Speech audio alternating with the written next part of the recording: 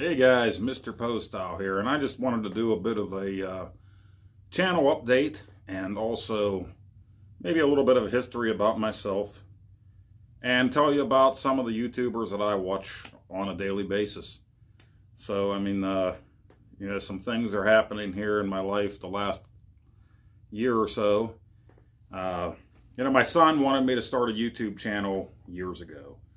And I figured, what can I say that others aren't already saying out there, haven't already said? I just never got around to doing it. Now, last year, the steel mill that I work for, we had a slowdown.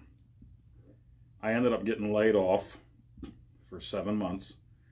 And during that time, closer to the end of the layoff, I finally got around to making some videos for my channel. And I really hoped that my boy would have wanted to be a bigger part of it. Turns out he'd rather be an off-camera kind of guy. So he is in a video or two of mine in there somewhere, but he was definitely the big inspiration for all of this. But being laid off, in the fall, I had a few things that I thought were neat. I got the little Hallmark NES that I did a couple of videos on now. One of my very first videos was a Hallmark NES Christmas tree ornament with the lights and sounds and everything. And one on the Zelda gold cartridge ornament that they made. And then I got my New Wave Toys Dragon's Lair cabinet, which was really neat. So I thought I'd do a video on that. And then things started getting a little bigger after that. I actually added an intro to the show, some backdrops like this one I have, the other one that I have in my basement was the original, added a green screen, if you've watched the videos.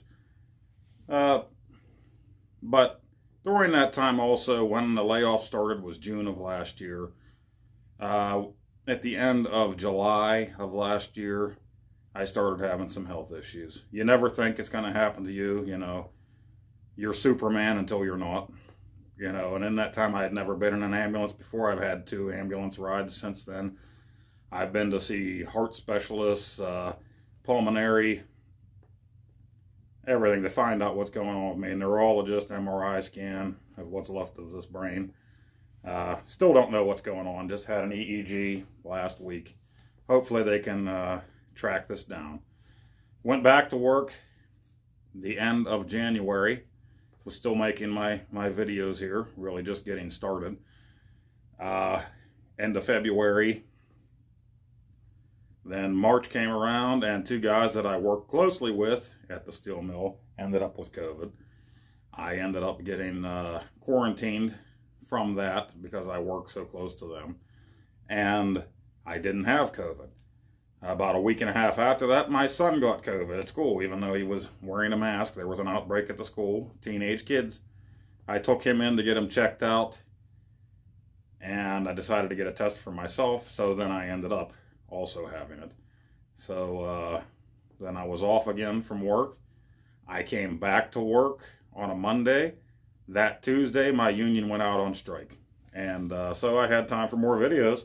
I did get a full-time job at a lumber yard at that time, and but I still had time to make my videos. It was different shifts that I worked, days off in the middle of the week, found a video at a time, So then that brings us up to this past week. We got a contract signed with the steel mill. I'm back to work. The guys that I work with, the bricklayers, generally work more hours just because the work that we do, the furnaces, the ladles, the vessels and whatnot, they need relined new bricks in them. So, we went back on Tuesday. We did a regular 40-hour week, but I had to work Saturday, which was yesterday. And now we're going back to 10-hour shifts. So, I'm up at 3:30 in the morning for work. The 10-hour shifts, because I have an hour drive there and an hour drive back, and the prep time in between where I got to change into my heat-resistant clothing and stuff. That's a few hours out of my day that I'm not actually working, but includes work. So the videos might not come as often. I was doing 1 or 2 a week. I was trying my best to. But, we're going to 10-hour days starting tomorrow. That means I got to get my ass to bed. I should be going to bed around 8 o'clock at night, but, you know, I end up watching YouTube videos from my favorite guys. So I end up staying up till 10 o'clock, and then when I wake up in the morning with, you know, 4.5, 5 hours of sleep, I'm pissed at myself. Rinse and repeat, I do it again. But I'm going to try to keep the videos coming. I might have to film them over a few different days now instead of doing everything at once. But, you know, and then editing them and getting them put up to YouTube. But I really do appreciate each and every one of you. Subscriber-wise, it has been a bit of a struggle, like it is with everybody when you come to YouTube. You know, I started out with it going up pretty decently. Then I would get to a certain number and just stop. You know, you're at 45 subscribers. All of a sudden it goes up 46. You're like, all right, I got one more. And then you go on the next day and it says, I'm down to 43. Well, what happened? I know right now the last count was 69 subscribers, which to me, I mean, I know that's tiny out there. To me, that's huge that people are putting their time in, especially since, like this video show, is supposed to be a quick one, but I get long-winded talking about this. And it's only because I'm passionate about the old video games. Like I said, it's nothing that you can't see anywhere else out there, but I like to talk about them. I like to play them. I like to show how much I suck at them, but I still love playing them. But I'm going to try to still get a video out a week, maybe every 2 weeks. Maybe sometimes there'll be multiple videos come out. Right now, I've been working on a bunch about Tiger Vision for the Atari 2600. Just love the way the cartridges look, so trying to collect some more of those. Those are getting pricey. That'll be in another video. But the real passion started, well, when I was a child as far as video games go. I got the Atari 2600 in Christmas of '82. I got the NES Christmas of '86. I got the SNES Christmas of '91. You know, later down the road when I was in the Air Force, I got a PlayStation, and it just kept going, at least one every generation. The dumbass was at a point where I sold a few of those systems, not my original Atari or NES, but got rid of stuff. But then now, recent years, I got them back. And let me know what you would like videos to be on. They seem to be hit or miss what gets a lot of views. Of course, unboxings. When I get my new video games monthly box, I just started doing videos on that in June. I have one for June and July. Are getting bigger hits, probably just from people going on the video games monthly page where I post the video. 2600 seems to get a lot more hits than my NES videos. And that's mostly all I've done. I've done some in television as well, not a whole lot. But I can do videos on Fairchild. I don't have a lot of games for it, but Fairchild Family F. Odyssey 2. I can do videos, of course, on the 2600. I have a bunch of different models of that and the Retron 77, so they're easy to do. I can even emulate on that. You know, NES. I have Super NES if you want to see things from that. You know, PlayStation 1, Atari 5200, Atari 7800, ColecoVision. And actually, my ColecoVision right now, I believe, needs the power switch fix. I'm getting some artifacts on the screen, and it seems like that's probably the cause. I do have the new switch, actually. Embarrassingly, I bought that switch a couple years ago to do the fix before I had any problems, and I never got around to it. So now I am having some problems with it.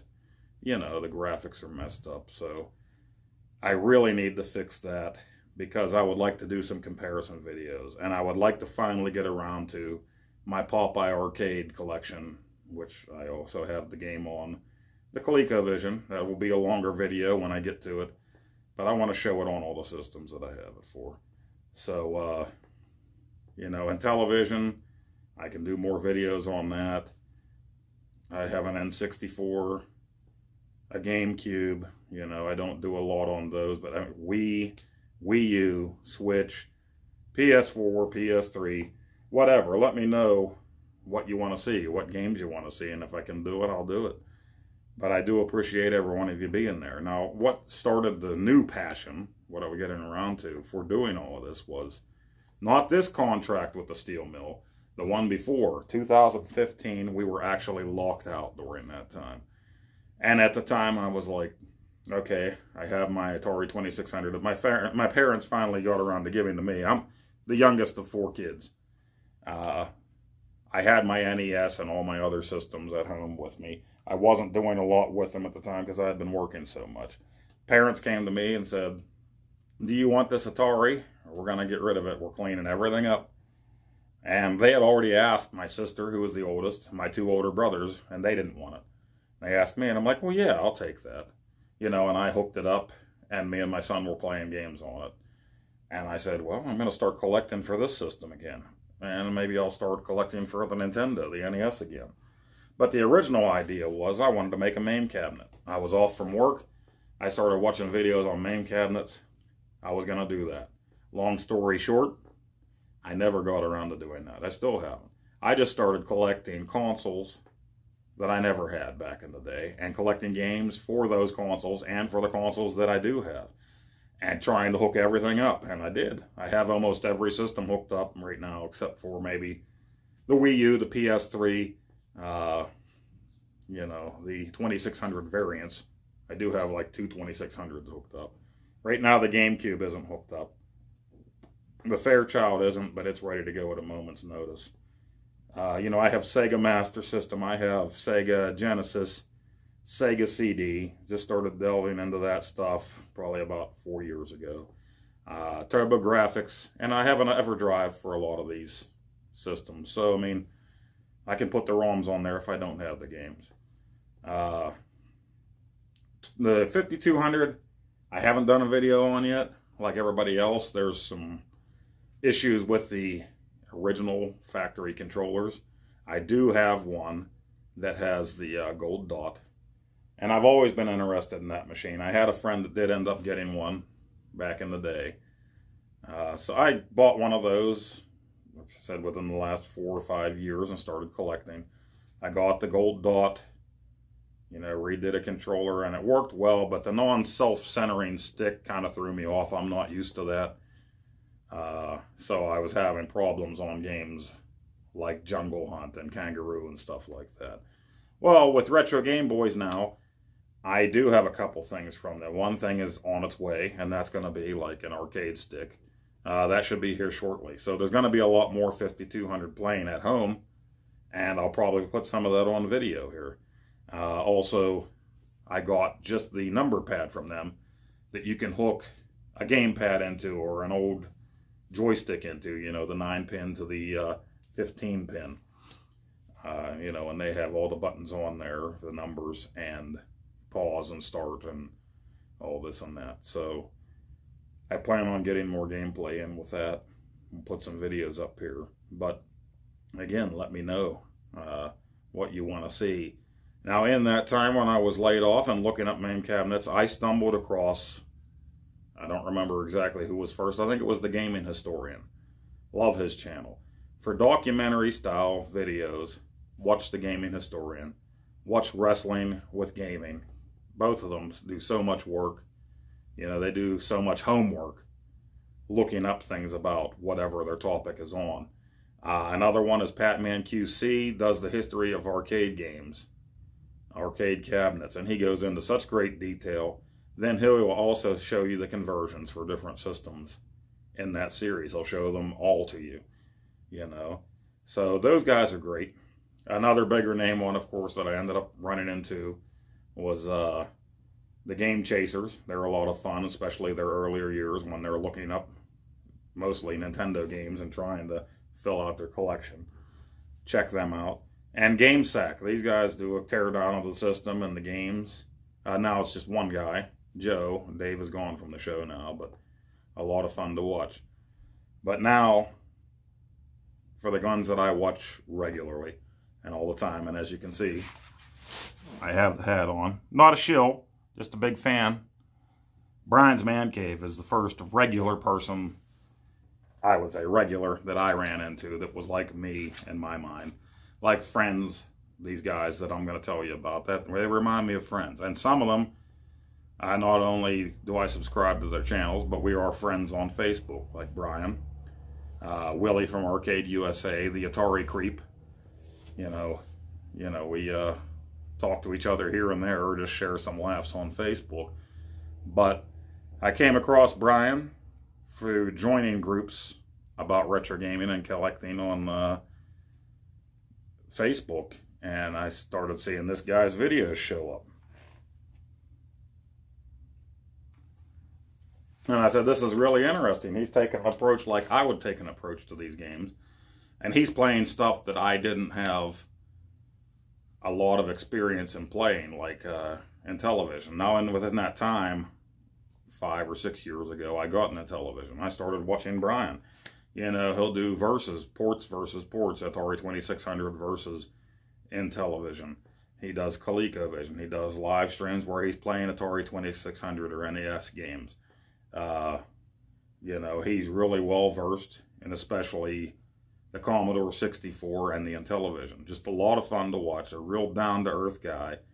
And he's just playing these games like you or I will, you know, and just really nice guy. Now, I also found Willie that way through the groups from Arcade USA. Willie is the nicest person in the world. His videos are great because he loves to tell a story. You know, he's playing this arcade game for you, and he's telling you how he first ran into this game when he was a kid, how much he loved it. The same with his videos on any system you can think of, you know, the Atari 2600, you know, ColecoVision, whichever system it is. He's going to give you a story. He's going to show you the boxed copy of it, and he is going to read the instruction manual to you, concluding the little stories that they like to put in there. He just has a lot of passion for it, and he is such an easygoing guy. It's great watching his videos, and he'll do live streams from time to time like Brian will. Now, through watching Brian's Man Cave, I discovered the Atari Creep. I think he did an interview with him one day, so okay, and then I started noticing the Atari Creep was on some of these Facebook groups that I was as well, you know, and started watching his stuff, and no holds barred. He'll tell you what he thinks of a game. He'll show you new toys. He'll show you what he's making with his 3D printer. You know, he doesn't hold back. He uses the swears, so hopefully you're not offended, but he'll warn you at the beginning of each and every video. You know, there's psychological nudity, and there's words to be said, and they're not all good words. And that's what I love about him and his show. You know, he's going to talk about it, he's going to tell you the truth, and he's going to tell you that he don't give a crap. Or he does give a crap. Only he'll probably say shit. And then there's Phil the No Swear Gamer. Discovered him somewhere along the line, and, you know, he'll do live streams. And I'm sorry, the Creep does live streams too, and he'll do them on Instagram, usually on Sunday nights. They'll be posted to YouTube at a later date. It's a lot of fun to watch. You know, the Creep is hilarious. Phil the No Swear Gamer is not going to swear.